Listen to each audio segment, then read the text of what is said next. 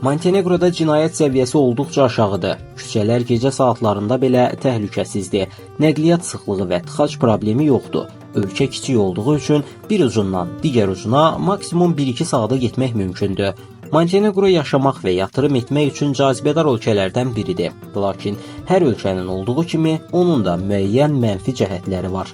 Ölkənin əhalisi çox az olduğu üçün orada biznes qurduğunuzda hədəf auditoriyanız məhdud olacaq. Bu da böyük gəlirlər əldə etməyinizə mane ola biləcək bir faktordur.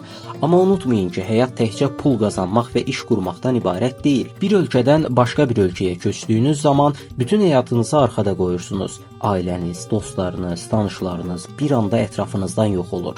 Getdiyiniz ölkənin qanunlarını öyrənmək məcburiyyətindəsiniz. Bundan başqa, oradakı insanların mədəniyyətinə uyğunlaşmaq lazımdır. Məsələn, hər hansı bir sənəd almaq üçün dövlət idarələrinə gedəcəksinizsə, həmin ölkənin dilini bilməyiniz vacibdir. Bu yalnız Montenegro üçün deyil, getmək istədiyiniz bütün ölkələr üçün keçərlidir. Yəni, məsələ təkcə iqtisadiyyat deyil, bunu da unutmamaq lazımdır.